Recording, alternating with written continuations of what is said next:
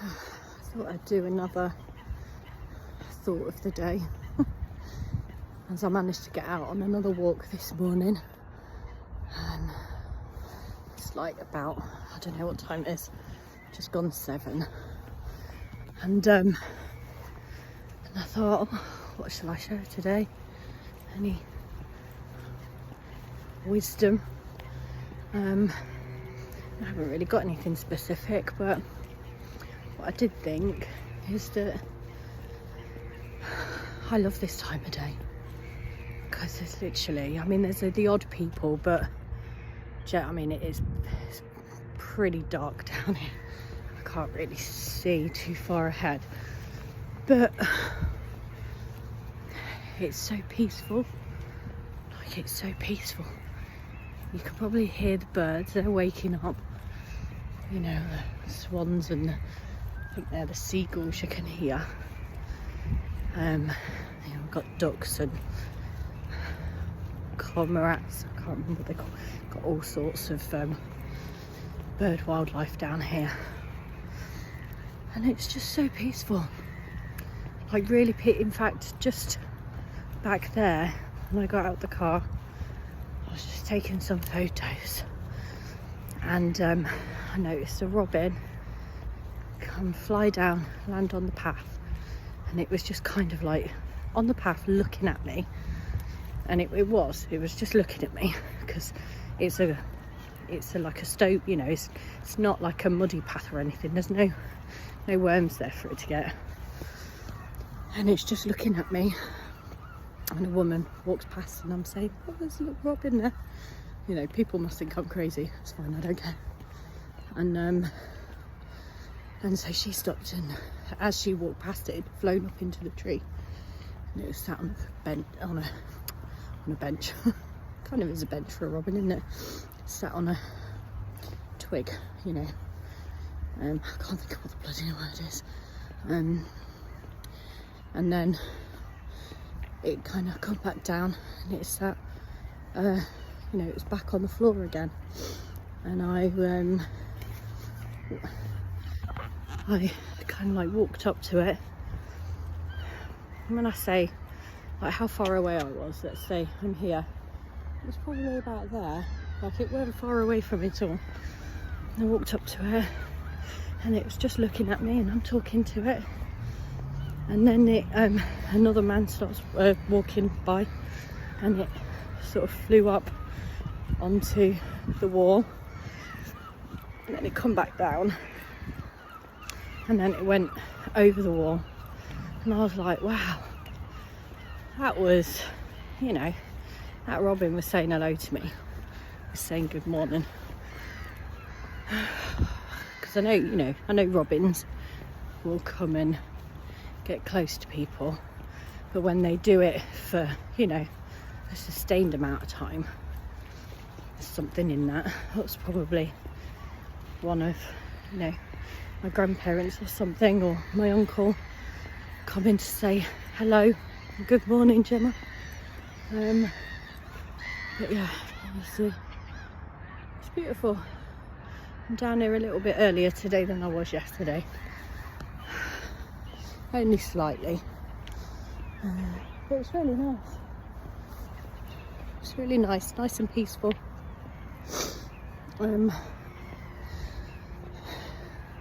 Had a lot of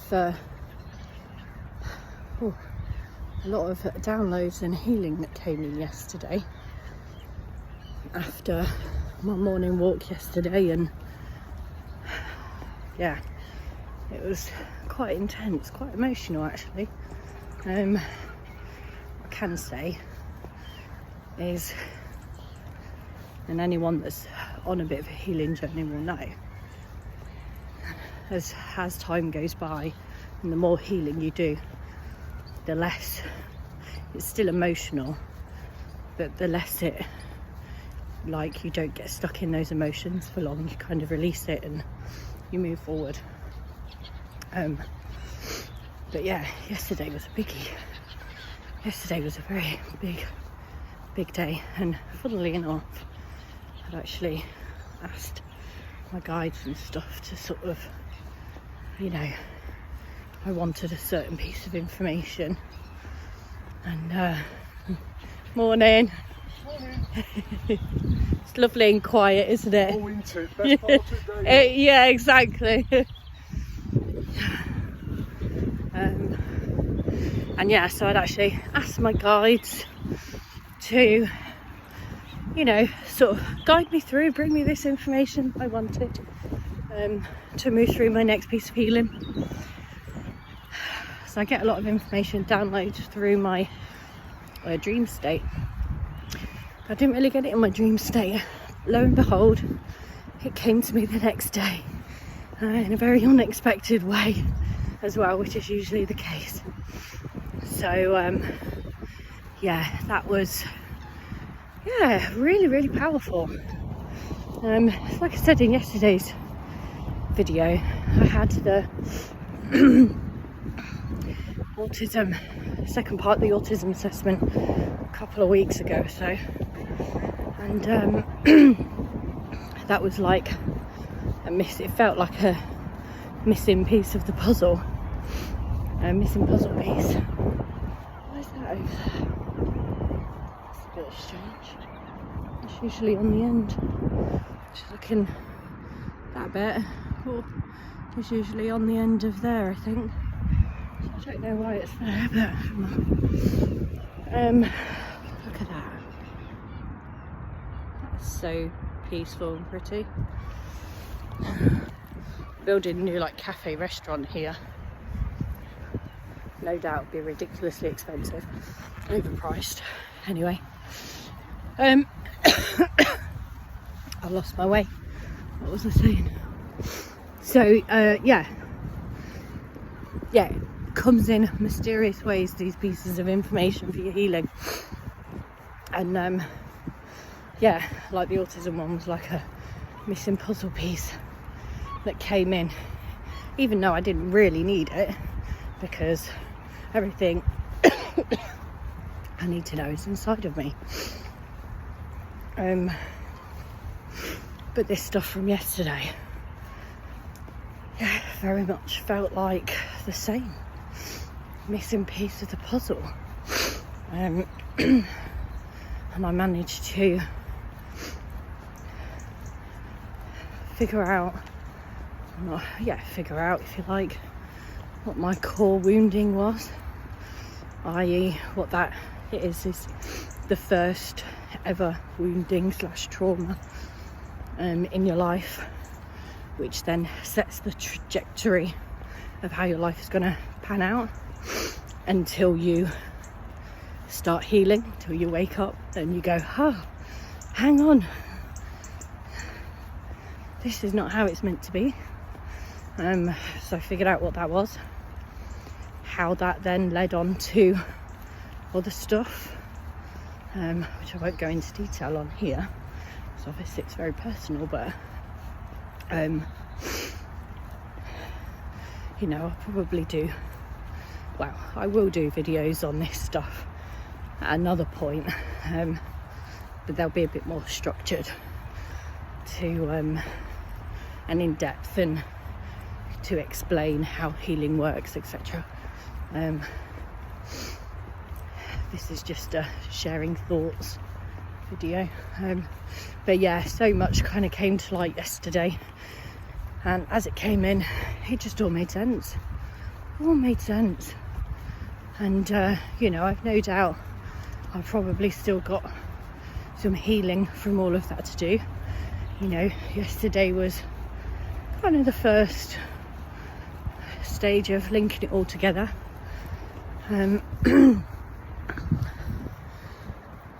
But I don't expect that there'll be a great deal of healing that I need to do, because I've done the majority of it already. See, the thing with it is everything that come about yesterday I was already aware of. What I wasn't aware of was the links. It was like, you know, I know this thing had happened. You know, I know these things had happened, but I hadn't made the links to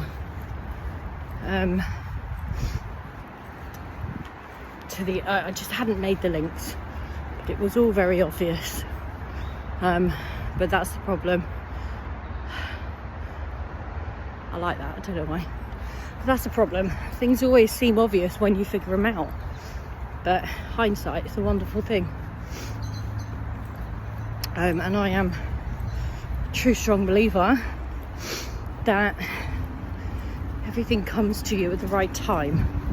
If it had come to me previously, I wouldn't have made the links, because I wouldn't have been healed enough, or I hadn't have done enough of the work prior for it to make sense.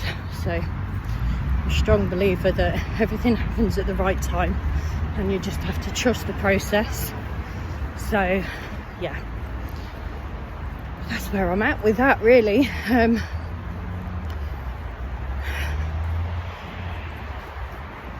But yeah, healing,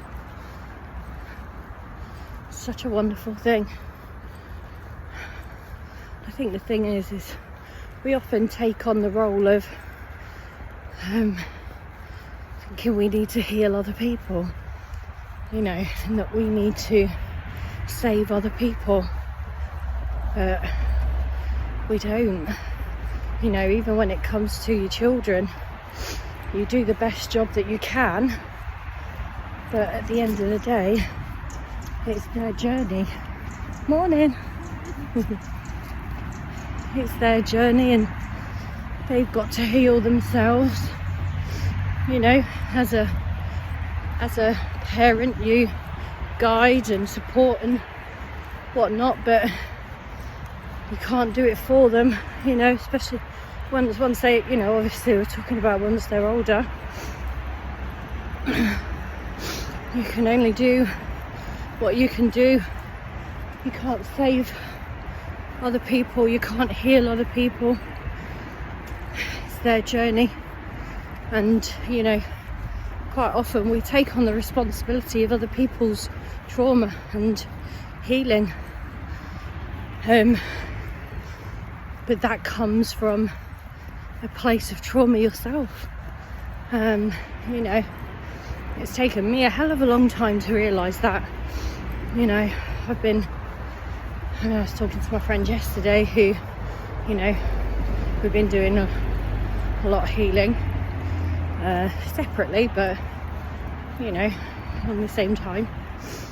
And I mean, everybody's on this journey all of their life anyway, but real active healing work, oh god, about 7 years now.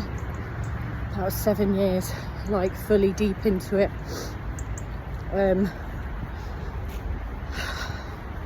And let me tell you, it's not for the faint of heart. Definitely not. It is dark, very, very dark at times.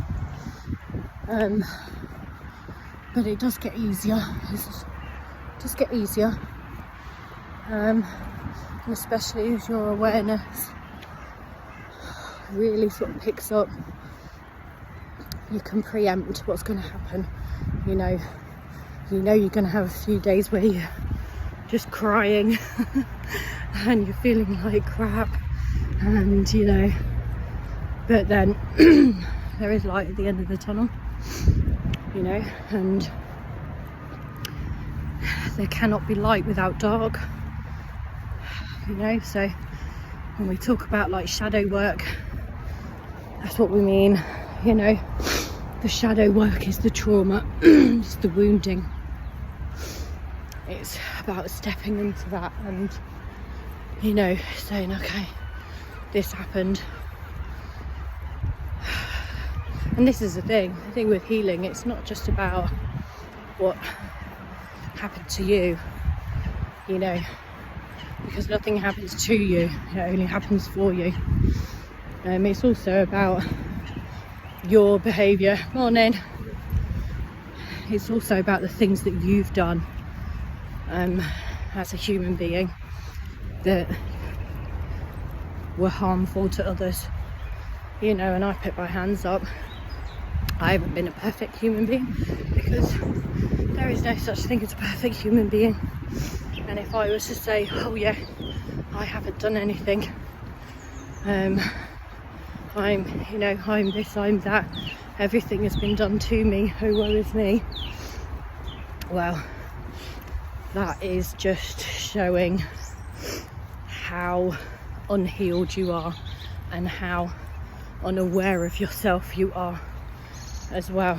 You know, you take responsibility for the things that you do in your life that has hurt others, and you move forward. At the end of the day, none of us came down here with awareness. You have to work on that awareness. But the reality is, you actually don't have to work on that awareness. That awareness is there.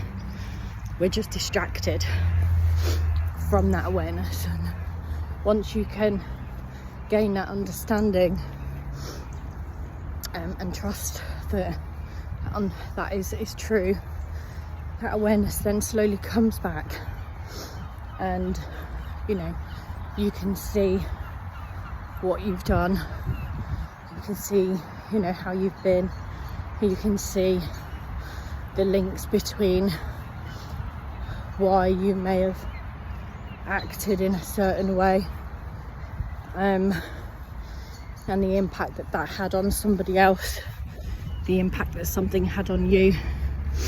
And you can choose to experience life differently. You know, you can choose, you know, everybody has a choice.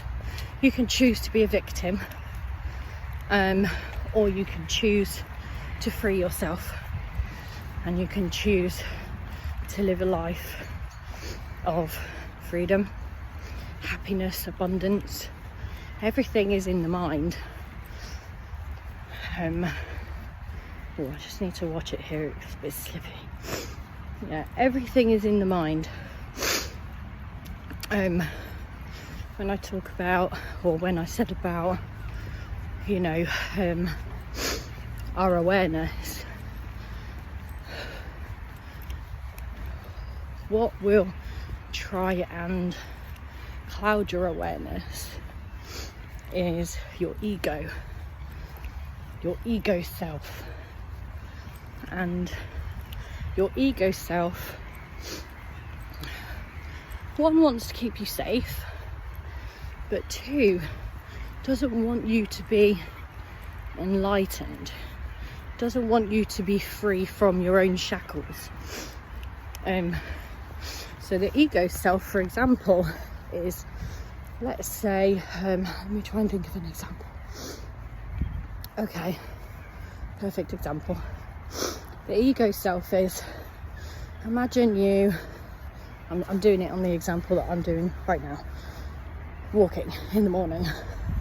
I love coming out, I'm always up very early, always have been. I've been wanting to get out the house and do a walk at like 6-7 o'clock in the morning for a while, but my ego has been stopping me.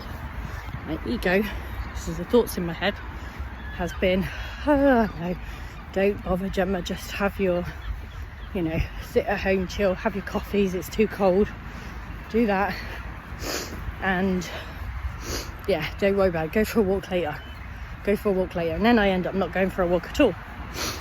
So that's my ego disrupting my, a little robin down there. I don't think you'll see it because, where is it? There on the floor, you can't see it from here. That's my ego getting in the way and stopping me from progressing in life. Because let's face it, me coming out for an early morning walk is only going to do my mental health good. It's going to set me up right for the day. And that's a good thing. That then sets me up for doing a meditation, getting like some housework done, and all of that stuff, all of that good stuff. But the ego doesn't want you to do that. The ego wants you to stay in a low vibration. So hopefully that makes sense, but I've been waffling on now for a little while. 20 minutes. I'm gonna get off, finish the rest of my walk, and wish you all a wonderful day. Bye.